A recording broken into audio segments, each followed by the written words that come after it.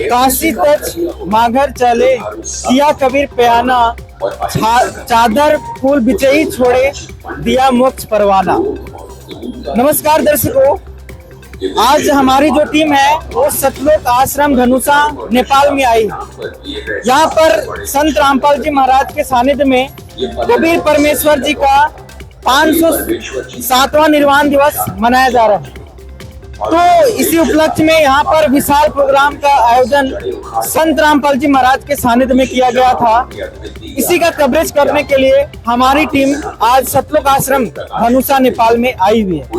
सतलोक आश्रम धनुषा के main stage के सामने आज हम सभी मौजूद है और यहाँ पर देख पा रहे होंगे कितनी संख्या में संत रामपाल जी महाराज के श्रद्धालु जन आए हैं। और जो संत रामपाल जी महाराज का जो सिंहासन है वो कितने सुंदर तरीके से सजाया गया है, उसको देखकर आपका आंख ललायित हो जाएगा उसे देखने के लिए बार बार, और मन मोहित हो जाएगा। कितना सुंदर तरीके से, कितना भव्य तरीके से संत रामपाल जी महाराज के जो आश्रम है वो सजाए गए हैं और साथ में संत रामपाल जी महाराज का सिंहासन सजाया गया है। यहाँ पर देखेंगे दाहिने साइड जो 3 दिन तक अखंड पाठ का आयोजन किया गया था, उस पाठ का जो यहाँ पे जो पाठ पढ़ने का जो व्यवस्था है वो यहाँ पे किया गया था। एक बार में 2 पाठ यहाँ पे पढ़ा जा रहा था। ये सारी व्यवस्था यहाँ पे की गई है और कितने सुंदर तरीके से ये सजाई गई है, आप यहाँ पे देख पा रहे होंगे। अगर हम पंडाल की बात करें तो पंडाल में आप देखिए कितनी संख्या में संत रामपाल जी महाराज के श्रद्धालु हैं। अगर ये बोला जाए कि यहाँ पे लाखों की तादाद में संत रामपाल जी महाराज के शिष्य आए होंगे, इसमें कोई भी गुंजाइश की बात नहीं है। कितने मात्रा में यहाँ पे संत रामपाल जी महाराज के शिष्य यहाँ पे मौजूद है, आप देख सकते हैं। पूरा पंडाल में केवल आपको आदमी दिखेगा, केवल लोग ही लोग दिखेंगे पूरे पंडाल में और भीड़ ही भीड़ नजर आएगा आपको।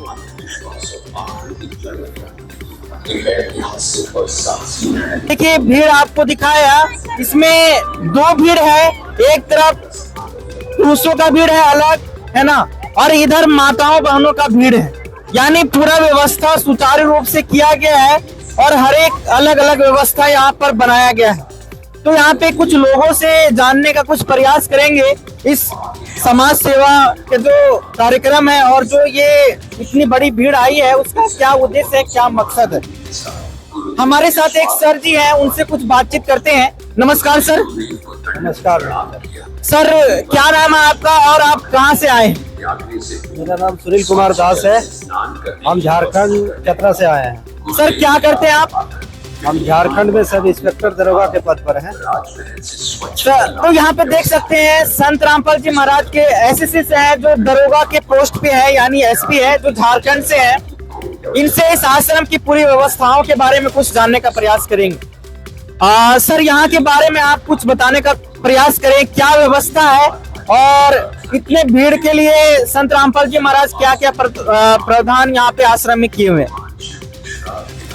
परमात्मा का व्यवस्था है, इसमें कुछ भी हम बोलने से सक्षम नहीं। ऐसा लगता है कि सूर्य को आरती दिखाने के समान है। परमात्मा इतने सामर्थ्य हैं, इतने सक्षम हैं कि यहाँ आज तो लगता है कि 2 से 3 लाख की भीड़ है जो आ रहे हैं। सभी कार्यक्रम में भंडारा से लेकर हर एक तरह से रहने का, खाने का, पीने का, चाय से लेकर सारा भंडारा, संपूर्ण तरह का व्यवस्था इतना व्यवस्थित तरीके से है। और परमात्मा के बंदे इतने अनुशासित हैं कि थोड़ा सा भी आ भी नहीं करते हैं, एक दूसरे से इतने मिल मिलाप के साथ रहते हैं। और व्यवस्था तो इतनी अच्छी है कि ये साधारण मानव और किसी राजा महाराजा के भी बस की बात नहीं, ये परमात्मा ही कर सकते हैं। ये परमात्मा का ही व्यवस्था है और दूसरा कोई मानव कर ही नहीं सकता है, कोई इंसान तो कर नहीं सकता है। हाँ सर, आपसे एक और बात जानना चाहेंगे।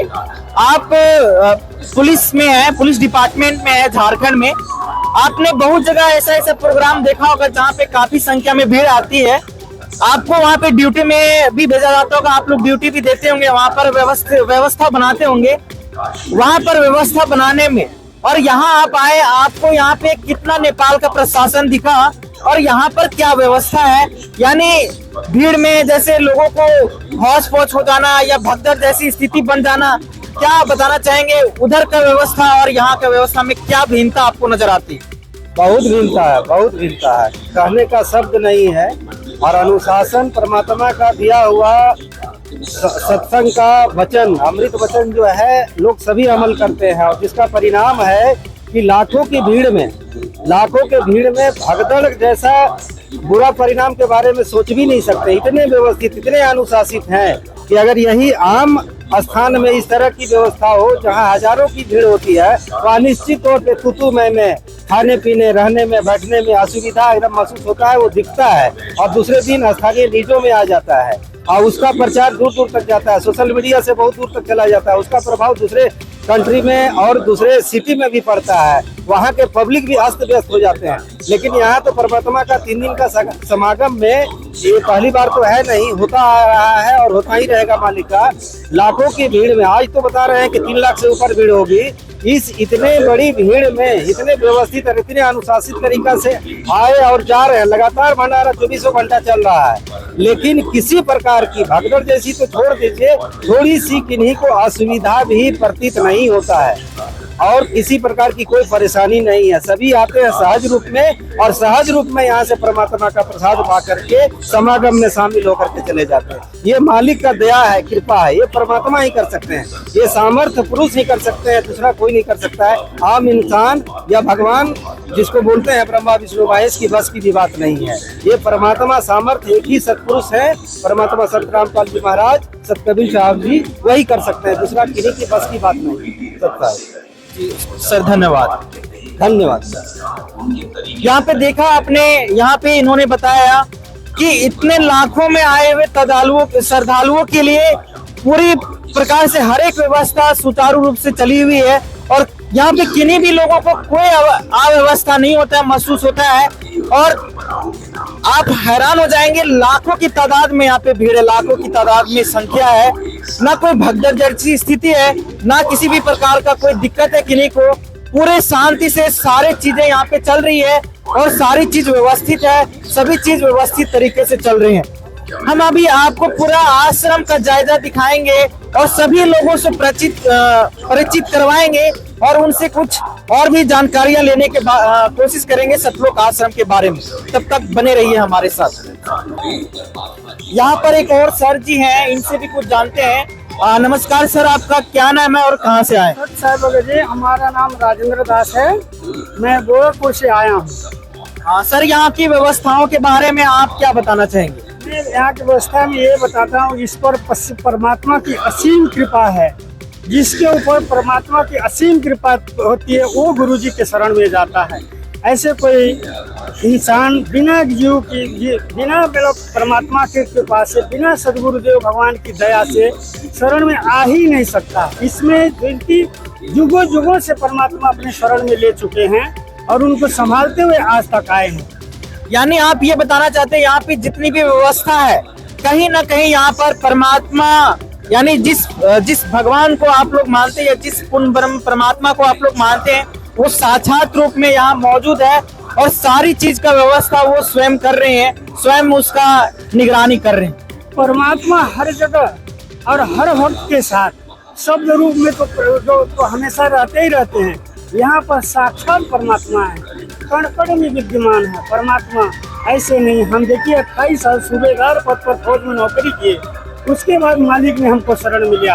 हम दूसरे पंथों में भटक रहे थे, लेकिन मालिक ने दया किया, हमको युगों युगों से परमात्मा भक्ति से बचाते आ रहे हैं, हमको ला रहे हैं। भक्ति हमारे अंदर शुरू से है, लेकिन हे परमात्मा बहुत दया करी आपने अपने शरण में लेकर। ऐसे ही सारे जीवों को अपनी शरण में लेते रहे मालिक। ठीक है सर। उद्धार का परमात्मा, जो भी सुन रहे हैं भगत भाई, परमात्मा की चरण में जरूर आए, उनके ध्यान जरूर करें, अपना जीवन को मोक्ष बनाएं। ये जन्म मरण के रोग से छुटकारा देने का परमात्मा का बहुत बढ़िया मिशन है। हे दयालु, हमेशा दया बनाए रखें हे परमात्मा। सच्चा है। अभी हम लोग पंडाल से धीरे धीरे बाहर की ओर जा रहे हैं और आप यहाँ पे भीड़ देख सकते हैं, कितनी संख्या में भीड़ है। और लोग भी यहाँ पे धीरे धीरे पंडाल से बाहर की ओर जा रहे हैं। कोई भंडारा करने के लिए जा रहा है, कोई अपने घर को जा रहा है। आप भीड़ देखिए, भीड़ कितनी संख्या में है, कितनी मात्रा में यहाँ पे श्रद्धालु जन है वो संत रामपाल जी महाराज के शिष्य यहाँ पे आए हुए हैं। अनुमान लगा सकते हैं आप कि लाखों की संख्या में यहाँ पे जो संत रामपाल जी महाराज के अनुयायी आए हुए हैं और उनके किस प्रकार से व्यवस्था यहाँ पे किया गया होगा। जैसा कि संत रामपाल जी महाराज के एक श्रद्धालु अभी बता रहे थे, जबकि वो पुलिस डिपार्टमेंट में है, वो ये बता रहे थे कि आम जगह पे जब इस तरह का समागम होता है या इस तरह का कुछ भंडारा का या फिर कुछ इस तरह का कार्यक्रम होता है, वहाँ पे भगदड़ जैसी स्थिति हो जाती है। वहाँ पर प्रशासन है वो दिन रात मतलब एक करके लगा हुआ रहता है। लेकिन आप यहाँ पे देखेंगे सतलोक आश्रम में एक यहाँ पे अलग ही चीज देखने को मिलता है कि यहाँ पर कोई भी प्रशासन नहीं है, यहाँ पे कोई भी पुलिस आपको नजर नहीं आ रहा है। सारे संत रामपाल जी महाराज के श्रद्धालु जन यहाँ पे वॉलंटियर्स लगे हुए हैं और अपनी सेवाएं दे रही हैं और सारा व्यवस्था को ये लोग सुचारू रूप से चलाए हुए हैं। और एक दूसरे श्रद्धालु ने बताया कि यहाँ पे इस तरह का जो कार्यक्रम होता है उसमें परमात्मा स्वयं विराजमान होते हैं और उनकी निगरानी में ये सारी चीजें चलती है, जिस कारण से कोई भी असुविधा महसूस कितनी भी श्रद्धालु जितने भी यहाँ पे आए हुए हैं उनको कोई भी असुविधा महसूस नहीं होता है। सारा चीज यहाँ पे सुचारू रूप से चलता है। तो आप यहाँ पे भीड़ देख सकते हैं। पंडाल से हम लोग धीरे धीरे बाहर की ओर निकल रहे हैं। आगे आपको सारी व्यवस्था दिखाएंगे, जैसे यहाँ पे भंडारा की व्यवस्था क्या है और उधर की क्या व्यवस्था है, कैसे कैसे सेवाएं चल रही है, वो सारी चीजें आपको अभी दिखाएंगे, कवरेज करेंगे।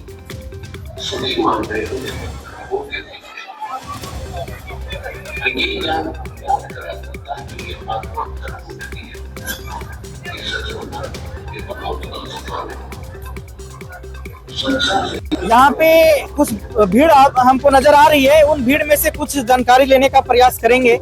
नमस्कार सर। नमस्कार जी, बोलिए।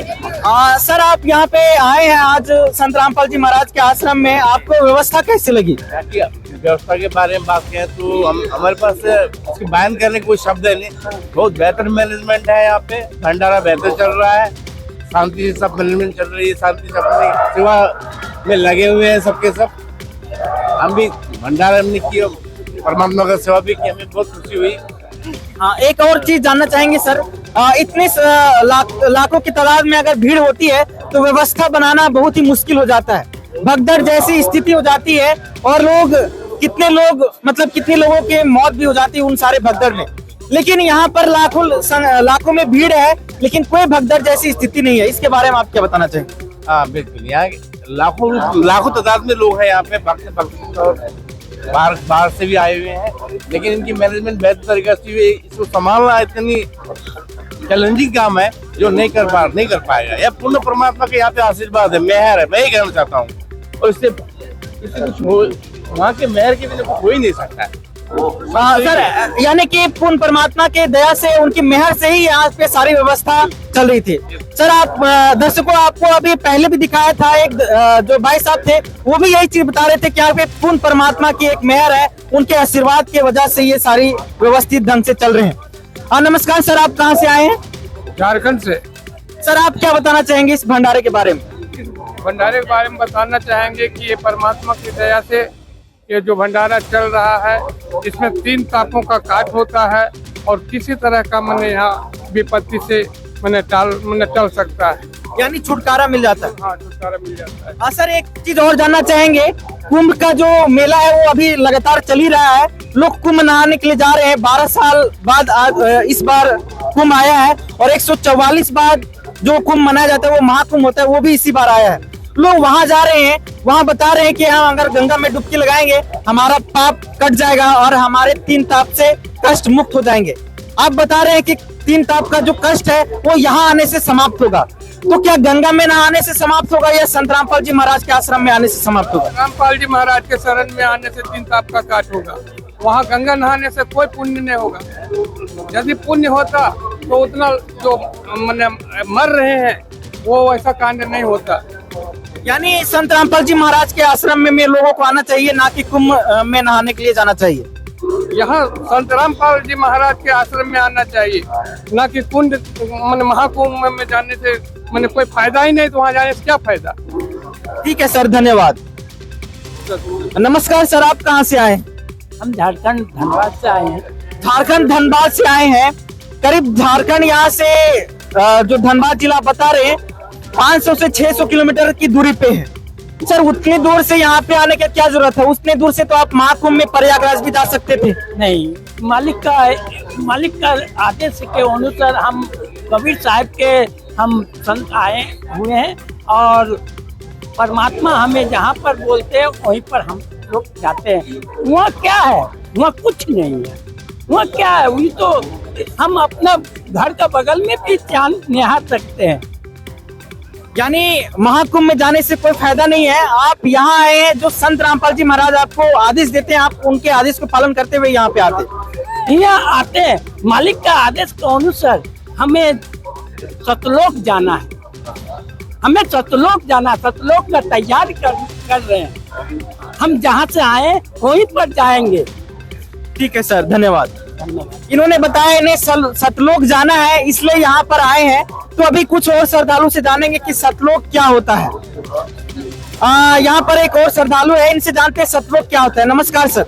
साहिब जी, सर एक बात बताइए, यहाँ पे आश्रम का नाम भी है सतलोक आश्रम, और ये बता रहे हैं भाई ये अंकल जी बता रहे हैं कि हमें भी सतलोक जाना है ना, इसलिए हम यहाँ पर आ रहे हैं और तैयारी कर रहे हैं सतलोक जाने के लिए। आखिर सतलोक है क्या? हमारे मालिक बताते संत रामपाल जी महाराज, सतलोक जो अविनाशी जगह है, कभी नाश नहीं होती है, वो सदा सत्य और अविनाशी है, उसको सतलोक कहते हैं। यानी अविनाशी जगह जहाँ कोई भी। अच्छा, सतलोक के बारे में कोई हमारे धर्म ग्रंथों में जिक्र है? कहीं पे मिलता है?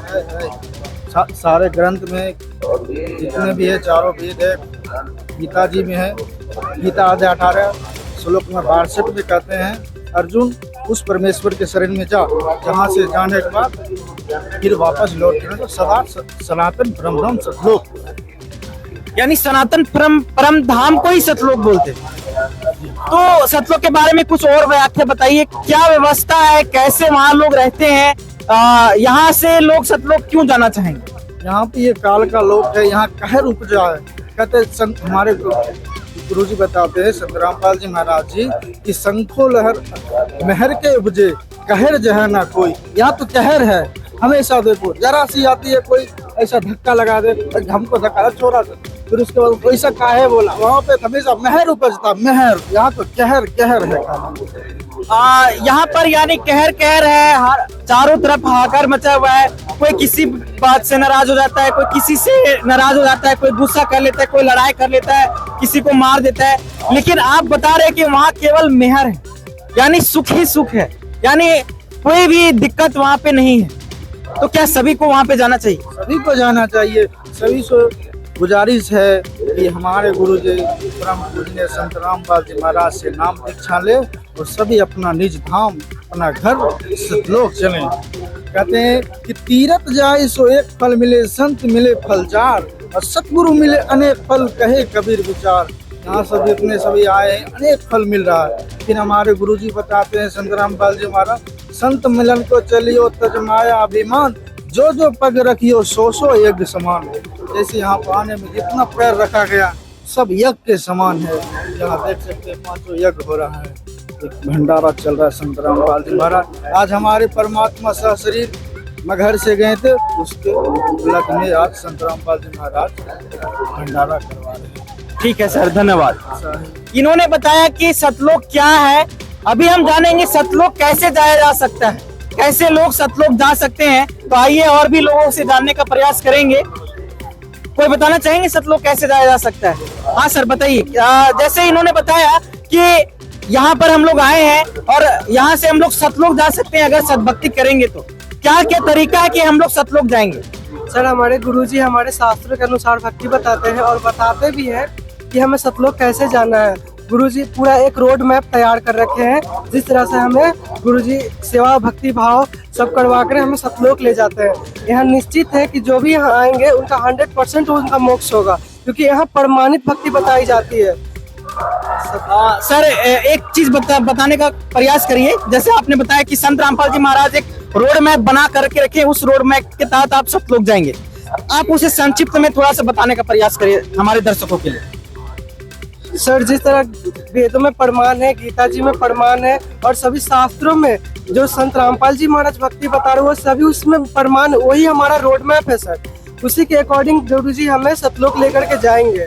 यानी जो सद्भक्ति संत रामपाल जी महाराज प्रदान कर रहे हैं, उस भक्ति को, सद्भक्ति को करने के बाद जो श्रद्धालु जन है वो सतलोक जा सकते हैं। जी, शास्त्र के अनुकूल हमारे गुरुजी शास्त्र के अनुकूल बताते हैं। गीता अध्याय 15 श्लोक नंबर 2 में संसार रूपी वृक्ष जो है पीपल रूपी, उसको जड़ से लेकर जब तना तक बता के वो तत्वदर्शी संत है। हमारे गुरुजी बताते हैं तीनों कहते क्षर पुरुष पेरे निरंजन बाकी रार, तीनों देवा शाखा ये पात्र रूपी संसार। हमारे गुरुदेव बताते हैं कि जो वही पूर्ण संत है और कहते हैं कि अर्जुन तुम उस तत्वर्षी संत के पास जाओगे तुम्हारा कल्याण होगा। इसलिए हमारा मोक्ष कल्याण है, होना ही है अति 100%। ठीक है सर, बहुत बहुत धन्यवाद। जैसे अभी आपने देखा यहाँ पे इन्होंने बताया कि हम लोग सतलोक जा सकते हैं और सतलोक जाने का इन्होंने विधि भी बताया। अब हम लोग जानेंगे कि जैसे इन्होंने बताया सद्भक्ति करके सतलोक जा सकते हैं, तो सद्भक्ति क्या होता है इसके बारे में अभी जानेंगे यहाँ पे किसी भी श्रद्धालु जन से।